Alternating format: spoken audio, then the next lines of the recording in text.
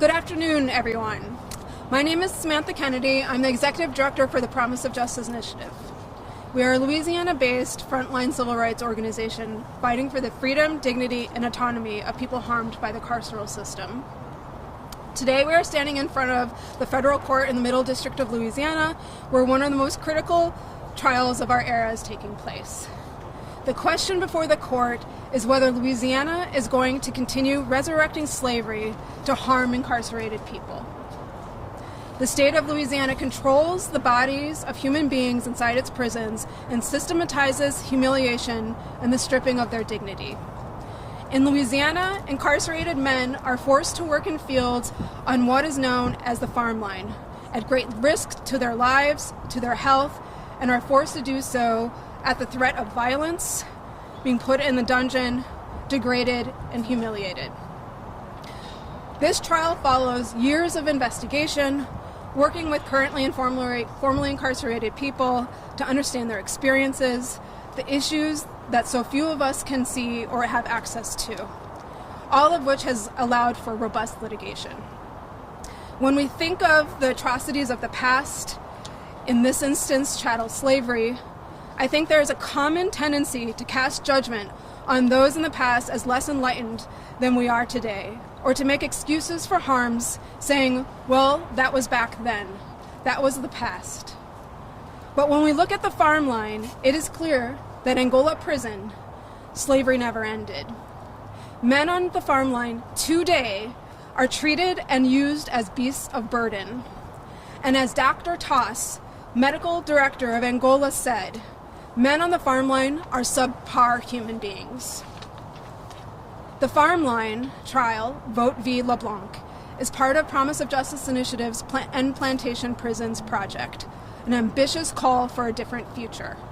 A call for a future where everyone is deserving of dignity and autonomy over their own bodies, and where the legacy of slavery exists only in history books and not in the nightmares of people subjugated to the state. Today, we will hear from Samantha Pouchot, Senior Staff Attorney of Promise of Justice Initiative and lead attorney for this case, Lydia Wright, Legal Director for Rights Behind Bars, Joshua Hill Jr., Litigation Partner at Paul Weiss, Rifkin, Wharton, and Garrison, Donald Arbonat, Deputy Director of Organizing for Voice of the Experienced, and also Association Plaintiff for the lawsuit. Dr. Jasmine Jackson, Co-Executive Director of the National Black Food and Justice Alliance, and then finally Norris Henderson, Executive Director for Voice of the Experience and also Associational Plaintiff for the lawsuit.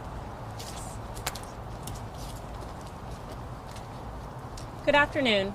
My name is Samantha Pouchot. I'm a Senior Staff Attorney at the Promise of Justice Initiative and lead counsel for this case, Vote v. LeBlanc. I am proud to partner with my colleagues, Vote, and the brave plaintiffs who brought this case to change the realities of their lives and those of others. The plaintiffs in this case have endured realities at Angola prison that many of us cannot begin to imagine. This class action lawsuit challenges the farm line at Angola. The farm line is a punishment where men are forced into former plantation fields under dangerous, dehumanizing, and humiliating conditions that echo slavery. Our clients have described toiling in the sun, bodies in pain and health at risk, planting and harvesting crops without tools, digging in the dirt with their hands and on their knees, all under the threat of violence. Angola, an 18,000-acre former plantation, has controlled and exploited captured black people for hundreds of years, first during chattel slavery and today through incarceration. This week in court, we presented evidence that the farm line violates the Eighth Amendment's ban on cruel and unusual punishment and endangers people in violation of the Americans with Disabilities Act. We heard from expert witnesses, prison officials, and most importantly, the men who are forced to work on the farm line. Class Representative Joseph Guillory testified that the prison guards frequently called him boy while forcing him to dig potatoes with his bare hands, on his knees, and forced him to perform degrading tasks like watering crops individually with a styrofoam cup. Incarcerated witness Stephen Major described tour buses passing by the worksite, making him feel like he was in a zoo, waiting for someone to throw him a peanut. Shadarius Moorhead described the recurring nightmares he experienced while he was forced to work on the farm line. He explained that after being forced to work in the pecan grove, "I had a dream. I see bodies hanging like they've been lynched on the pecan trees. As I got closer, I realized every one of them was me." None of this is acceptable, not in the time of slavery and not in 2026. Every person has inherent dignity, both morally as a member of our human community and legally under our Constitution. That dignity does not disappear at the prison gate. We are in trial this week and next to end the dehumanizing and degrading practices of the farm line once and for all.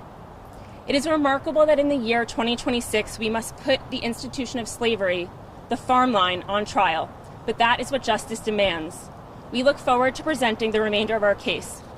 In closing, I'll share the words of Class Representative Darius Williams, who's sitting at council table with us today, said that being forced to work those fields feels like the past never ended. It just changed its name. Thank you.